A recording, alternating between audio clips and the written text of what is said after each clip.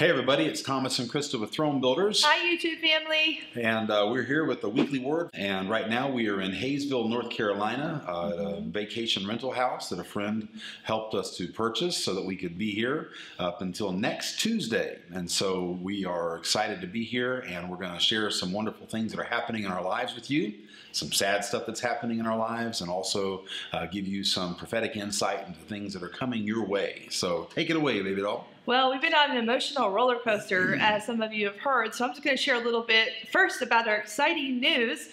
We've been sharing with many people on Facebook and YouTube and other social media platforms that about the last year, we've been getting shown that we're going to have a farmland, a farmhouse, that we can start our training center, we can do the works that God has called us to do. And just recently, what was I saying, about last month maybe? About 3 weeks, we have met someone who actually owns 200 acres of farmland, and would you know, they have a farmhouse for us to live in if we choose to. And so we're excited about this. We really feel like this is the open door that God has for us. So the prophetic, you guys hear that word thrown around a lot out there. You know, the prophetic is new to Tom and I in the last about 5 years. And about 5 years ago, we were at a meeting, and there was a man that was standing up front in the church that we were in. And he came right up to us and spoke over us. And that was the first time in our lives that we had ever received a prophetic word. It was really special because in the word that I was given, he said in the word that I would rescue a farmhouse, or farmland, excuse me. And, you know, I've been looking for that. We have been looking for that for a long time. We've actually received multiple prophetic words. Yep. But more importantly, because we're very cautious how we put stock into what people tell us God is saying, you have more to be importantly, careful. Our family has received numerous personal messages, visions, and dreams about this property. And interesting enough, you know, in that same word that he gave to me, it was a very short word, but there was so much packed into it. He also said that we were going to raise up a training center. And I know that that's connected with that farmland, that farmhouse, and all the, you know, all that jazz that goes with it. So we're excited because we really know that a door is opening right now for us. It's so evident that God is working and has been working all this time, even though we couldn't see it. But we're so excited because we've been telling a lot of you out there, hey, it's coming. We know it's coming. It looks impossible. We don't know where it is, but we know it's coming. And that was our faith, just believing that God had this door for us. And guess what? The door is here. So we're excited, aren't we? We're extremely excited about this potential opportunity. And the primary reason, besides all the indicators that like match up what we've been shown, is that the lady that owns the property has an extremely similar vision to us. Almost exact. And wants to take this property and literally turn it into a city of refuge where finances are readily available to fund kingdom projects, and also for a place for people to come that are in need, broken, need to go rest somewhere. One of the things we've had in our hearts for years is a place where at the time it was for ministers, and that's still a big part of our heart because no one gets the crud kicked out of them like people in the ministry. That's right. But a place for ministers and other people, particularly abused women and abused children and broken families, and of course men, to have a place to come and be at peace and work with their hands and get their minds engaged and get some healing. So we're excited about that opportunity. And actually, it's a place where they're going to be healed in every area of life, not just one, because you really have to take it from a holistic approach. Spirit, soul, and body. Yep. So that's exciting news. We're really, really excited about that. But also in the midst of that has been some tremendous pain for our family. We have, as we've told you repeatedly, we have 3 cats on our journey with us. And our favorite cat and most precious, almost like a child, a family member, a sibling to our kids, Shadow, and here's a picture of him. He passed away this last week because a car hit him and was out at just the wrong time. We were letting him go out for a little bit and just the wrong time, and he got hit. And so our family's been grieving quite a bit for him. He's very, very precious to us and very beautiful part of our lives. And so that's been a bit of a heartbreak, and it's really something because for the last few weeks I kept telling him, soon you're going to be on the property, because I just something, even before we knew about this property, I just kept telling him, soon we'll be there.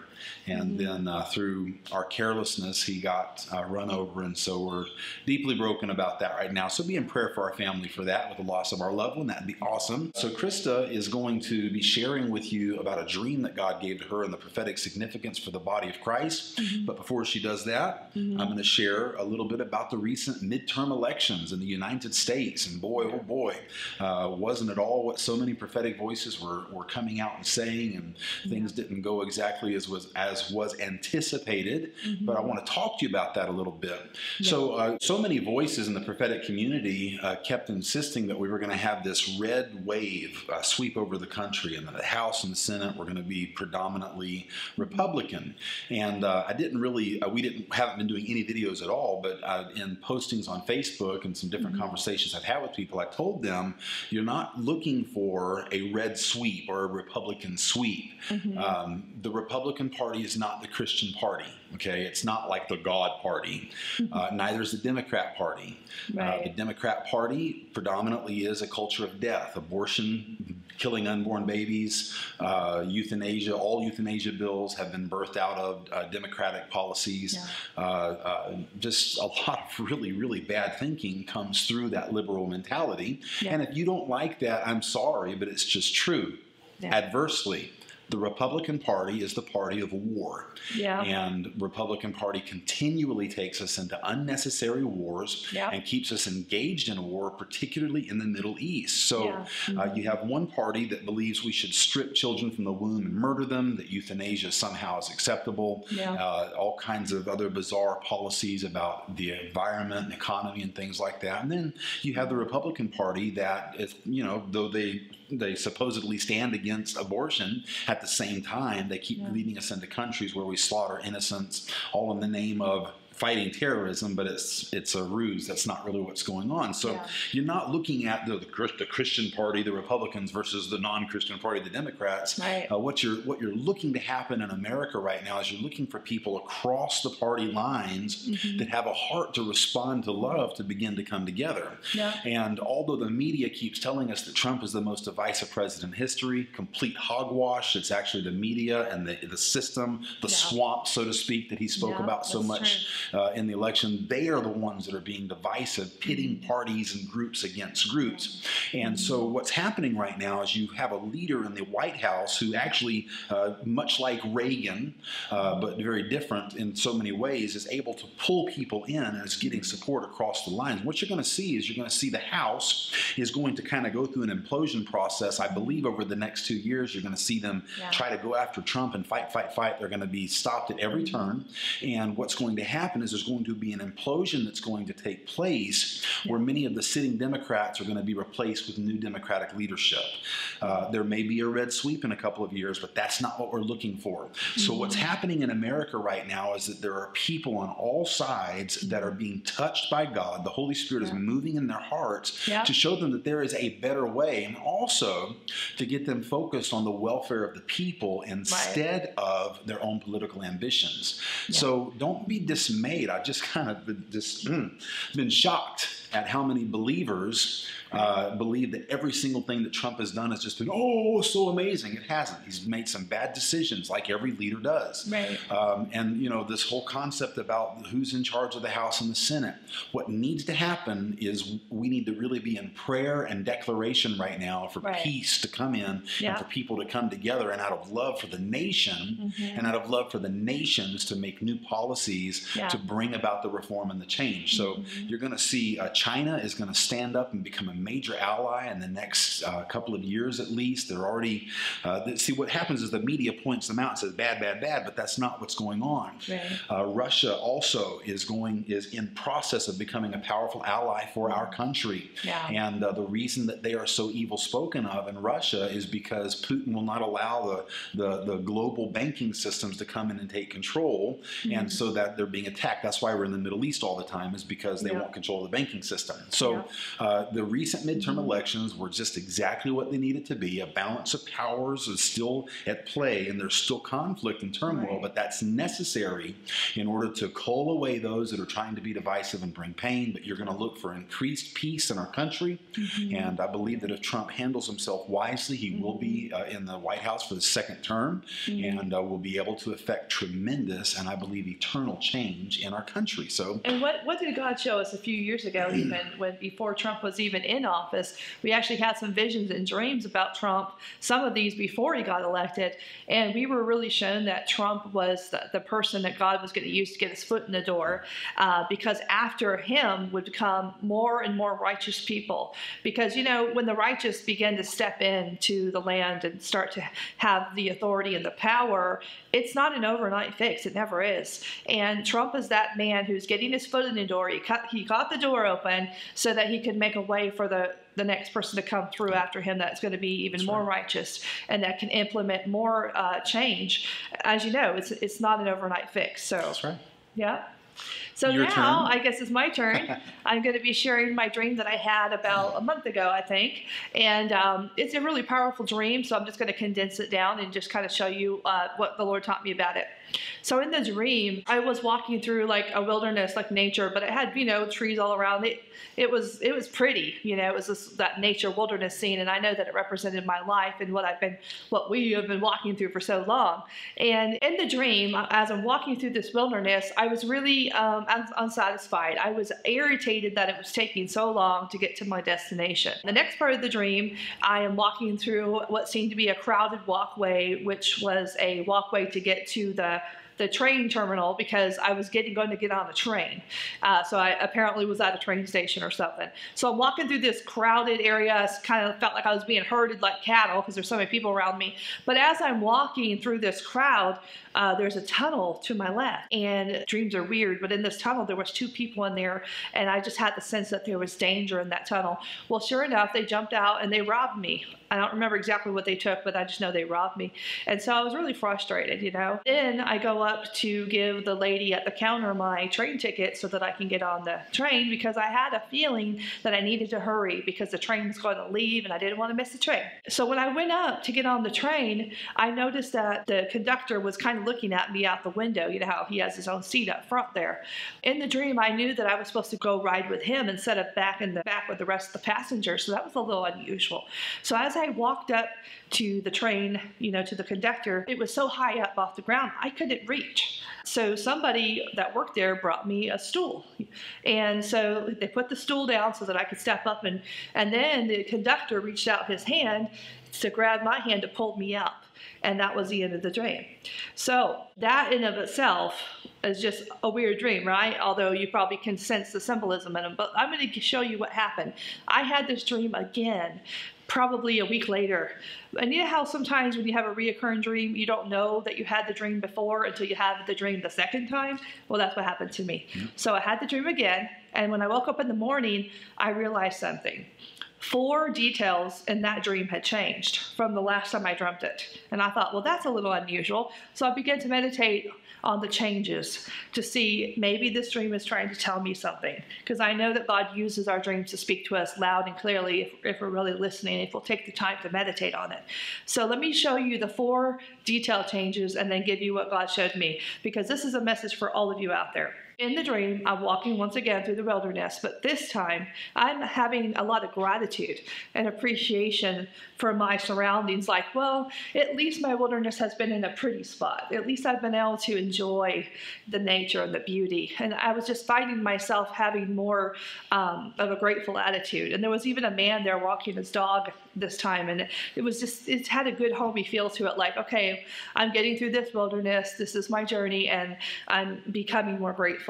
The second detail change was when I was walking through that crowded walkway once again, but this time I knew that there somehow was danger off to my left. I knew I was going to be robbed. I had the wisdom to understand that, so I went all the way to the right side and walked so I could avoid the danger. And guess what? I didn't get robbed this time. So I went up to the counter. This is going to be the third detail change, to give the woman my ticket so I could get on the train. And she was like, how people are goofing around and gossiping and kind of wasting time, how that goes. And you're in a hurry and that kind of annoys you because you're like, you don't understand. I got to get on this train. It's about to leave. So she wasn't going to stop joking around and stuff. So I had to use my voice. I had to lift up my voice, and I had to say to her, hey, I need to get on that train now. You have got to stamp my ticket now. I've got to go. And because I used my voice and because I had that confidence, she quickly stamped the ticket and I could go. The fourth detail change was when I went up to the conductor's window, because once again, I knew that I was going to be riding with the conductor, not with the rest of the people in the back. This time, I did not have a stool. Nobody brought me a stool. And I began to climb the humongous door. It was just a giant door. It was like a big rock wall or something. But I'm climbing this door, which normally in my own strength, I would not be able to do that, because you'd have to be pretty strong to be able to do something like that. And somehow I was able to climb all the way up this huge door, enough to reach out and grab the conductor's hand. And he pulled me up once again, and then we drove off in the train. So let me give you the interpretation of what God showed me, okay? Many of you out there have been on this lifelong journey, this wilderness. I mean, we've talked to hundreds of people all around the world that have told us the same thing that we've been going through. They're in a wilderness, and it's been really difficult. It's been hard, it's been dark, and it's been lonely. And, you know, God has been speaking to us and speaking to you today. He's saying, I know that your journey has been long and hard and dark, but I have been bringing you somewhere. And in the process of this journey, you've learned gratitude, you've learned appreciation and contentment. You've also learned wisdom when you're walking through these crowded areas of your life and there's danger lurking near. I have built a wisdom in you where you can avoid the snares and the traps of your enemies. And the third thing that God showed to me is that when I brought the ticket up to the counter to give to the woman, he said, I've given you a voice. Your voice needs to be heard. I have built a new confidence in you to be able to use your voice to, what's the phrase that we hear sometimes, to exact change? Is that what it is? To exact change require, make change happen. There you go. And so she wasn't going to do anything until I spoke up and said, hey, I need you to stamp my ticket now. And she did, because I was willing to speak up and be confident. The last thing that the Lord showed me, and all this is for you out there, I hope you're hearing the symbolism coming through my words. I hope you can hear the message that God is speaking to your heart right now. The last thing he showed to me is that you don't need that stool anymore, because God has given you new strength. He's built you into a strong person. You've persevered through so much in your life. And you think that you're weak now, but you're not. You're actually stronger. You're going to be able to climb that door of opportunity. You're going to be able to go through that door of opportunity. And you know who the conductor is? It's Jesus. He wants to take your hand. He wants to pull you into his presence. He wants to bring you on a wild, crazy adventure ride, because there is no limitations on that train ride. You're going to be able to go anywhere that you want to go. Anything that God has shown you as far as promises, your promised land, he is already there with his hand stretched out, wanting to pull you in so that you could go on that train track. And it was kind of interesting, because at the end I kept hearing Jesus say, all aboard. You know, you hear those old-time conductors, all aboard. And so it was just a really powerful dream. So I just want to encourage everybody that's watching this, please know that you have become a different person through your adversities and your trials and your struggles. And yeah, it's been very difficult. Some of us have felt like we've literally walked through hell at times. But that has built a strength in us and made us four things. It's made us grateful. It's made us wise. It's made us confident. And it's given us a new strength and made us a strong person. So I hope that encourages you guys. Awesome. Very good. So thank you so much for watching our video this week. Please comment below, share the video, like, subscribe, send us money. I don't know, do something. We will be here in this house until the 20th. Of November, and then throughout the Thanksgiving week, we're not really sure where we're going to be or what exactly we're going to do, because there are no vacation rental houses available, and the farmhouse we haven't been able to find them. At least. There are, but they're really the ones that are really pricey, and like the place we're in now, we got for like $50 a night, and that's taking care of all of our needs. So it's been a great deal for us, and with the exception of losing our kitty cat, it's been relatively okay. So if you are interested in helping sowing the seed seed or wanting to help us with get to the farmhouse. What we're hoping is, I mean, we're not exactly sure the details yet, so we don't just want to give out details, but we do know that we need a place to stay for at least the next 30 days. A minimum of a month, because there is an entire section of the house that contracts were signed yesterday to be completely remodeled. Right now it's completely gutted out, and they're going to come through and put everything in. So we're going to need finances to have a place, and of course, you know, traveling. And then we also, if you know of anybody, we're in a desperate need of a newer vehicle. Our vehicle's falling apart by the day because we've done so much traveling in it. Don't get me wrong, we're very grateful for that vehicle, but it needs to be retired. It's just saying, hey, cut it out already. That's right. So as you see, between the living situation, the vehicle, and having to get to this farmland eventually, we're going to need some finances to come in. So we're hoping that our YouTube family can help us out with that. But at the very least, pray for us, because we know that the finances are out there. God's going to supply. He always does. He never leaves us in a lurch. Never. So we're confident. So we love you all very much. Hope you have a wonderful week. Looking forward to your feedback. Love you guys.